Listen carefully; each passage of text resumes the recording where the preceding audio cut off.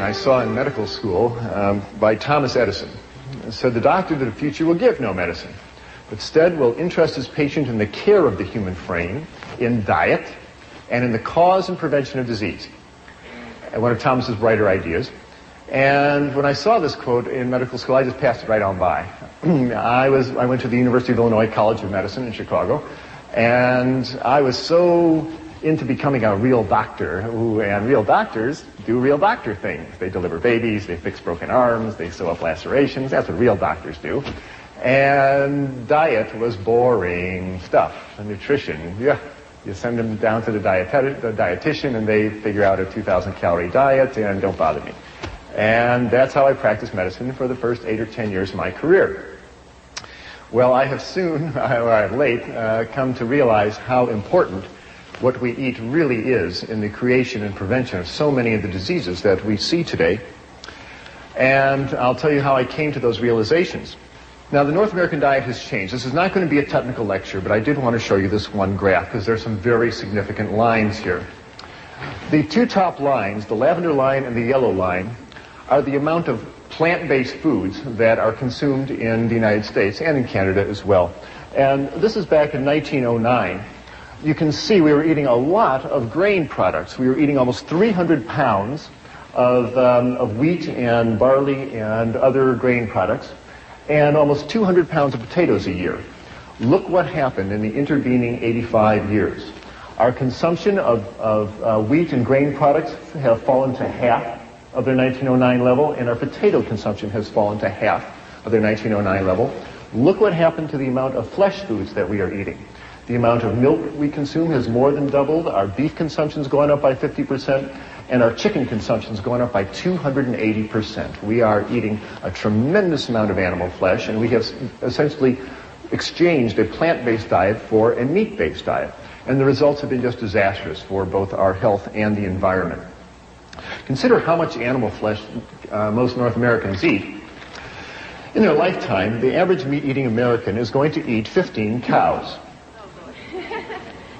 Going to eat 24 hogs, the 12 sheep. She will eat 900 chickens, and 1,000 pounds of assorted animals that either swam in the water or flew in the air. That is a tremendous amount of animal flesh to be pouring through the human bloodstream year after year. No wonder we wind up with clogged arteries and high blood pressure and cancers and a lot of other diseases, and I'll show you how those two are related. Let's talk about the health effects of an animal-based diet. Here it is, the great American dietary catastrophe in all its glory. I grew up thinking this is good food. What's for lunch, Mom? Oh, I got something good for you, son, she'd say. And she would give me some food like this. And my mother didn't know, and your mother didn't know.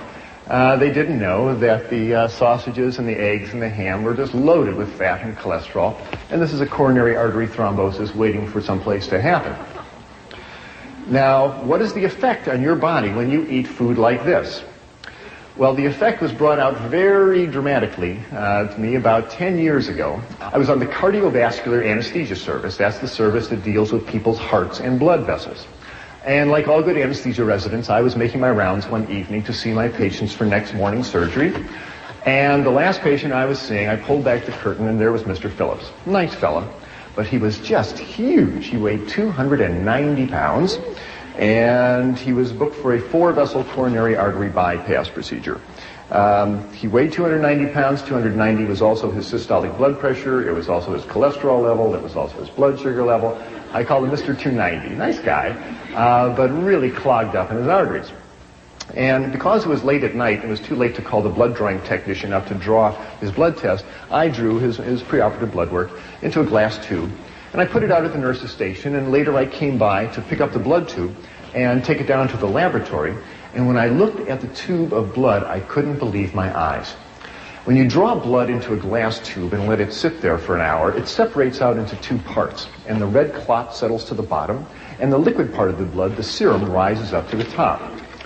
Here you see two tubes of blood, and the tube on the left is normal serum, is normal blood. Here you see the dark red clot, and this golden yellow liquid, this is normal serum. This is what your blood is supposed to look like. But I looked at Mr. Phillips' tube, and it was just shocking. The serum floating in his tube was thick and greasy white. It looked like Elmer's glue. It stuck to the sides of the tube when I shook it. I went back into the room. I said, Mr. Phillips, did you eat before you came to the hospital? He said, yes. I said, what did you have? He said, I had a double cheeseburger and a milkshake. And when he said that, I realized what I was looking at was all the fat in the beef burger, and the butter fat, and the cheese, and the butter fat, and the ice cream, and the butter fat, and the milk had oozed out into his blood and turned his blood fatty. It's a well-known clinical phenomenon. It's called lipemia, and it happens every time you eat a fatty meal. You turn your blood fatty, and your blood stays this way for 4 hours until your liver can clear it out of the bloodstream. If you are like most North Americans and eat bacon and eggs for breakfast and a cheeseburger for lunch and fried chicken for dinner and ice cream for dessert, you're keeping your blood fatty all day. The stuff never clears out of the bloodstream. You keep your blood fatty for 40 years, 50 years, 60 years. What do you think is going to happen to the arteries carrying all that fat? I will show you what happens to the arteries carrying all that fat in a few minutes, but it's a disaster.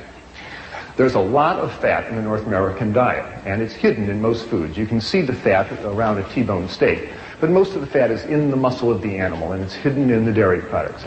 And most of the folks who present food to us don't want us to think about the fat, especially the fast food industry. They really don't want you to think about how much fat is in their burgers and hot dogs, except one chain of fast food restaurants in Los Angeles. There is one burger chain that is very forthright about the reality of the fat content of their diet, and they come right out and tell you clearly on their marquee about the product that they're selling. Now, if you stood outside the exit door of this restaurant or McDonald's or any other fast food restaurant where people are shoveling in their cheeseburgers, if you stood at the exit door with a needle and a syringe in your hand and drew blood on the people walking out the exit door, what you would see is most of the blood would be as fatty as Mr. Phillips' blood tube. Now, they're all in there making the blood fatty. If you ever have a big cheese pizza and a bowl of ice cream afterwards and you feel a little greasy on the inside, it's because you really are. You really go greasy on the inside. Animal fat comes in 3 flavors in the North American diet. It comes in the form of red meat, and the fat is in the meat. It is in the fibers of the animal's muscle, and just trimming off the white fat around the edge of the steak really does not lower the fat and cholesterol content significantly of the meat. So red meat is the #1 source of fat and cholesterol in the North American diet. The second is the yolk of hen's eggs. The egg of a chicken is meant to hatch baby chicks. And the yolk of the hen's egg is one of the most concentrated gloms of fat and cholesterol on the planet. It is made to power that baby chicken for 21 days with no other energy. And when you run egg yolks through your bloodstream, you turn your blood fatty, just like Mr. Phillips. And the third source of fat in the North American diet comes from that white fluid that comes out of the udder of a cow. Now, cow's milk is a high-fat fluid exquisitely designed for turning a 65-pound calf into a 400-pound cow in a year. That is what cow's milk is for. Now, whole milk has a butterfat content of 3%. That's the cream that rises up to the top. And you drink a 3% solution of butterfat, you're going to turn your blood fatty, as will a 2 and 1% solution of butterfat. But at the dairy, the butterfat is skimmed off and they concentrate it into huge vats, half the size of this room. And they concentrate the fat to 50, 60, 80, 90% fat. This stuff is so thick you can walk across it. Why do they do that? Well, they do that so you will buy it and eat it. The butterfat is mixed up with air until it hardens into chunks called butter. The butterfat is mixed with sugar and frozen and sold as ice cream. The butterfat is mixed up with cocoa powder and sugar and sold as milk chocolate. The butterfat is mixed up with bacteria and allowed to ferment until it turns into sour cream. A lower fat version is called yogurt. And the butterfat is mixed up with calf's stomach and bacteria and allowed to ferment for about 6 weeks till it hardens into chunks called cheese. These are all forms of butterfat. The folks at the dairy want you to buy the butterfat and eat it. And when you do, you turn your blood fatty. There's absolutely no reason to run butterfat through your bloodstream at any time, and I'm submitting to you that you'll be a lot healthier and happier if you do not. Cow's milk is for baby calves. You have no more need of cow's milk than you do giraffe milk or horse milk or rat milk.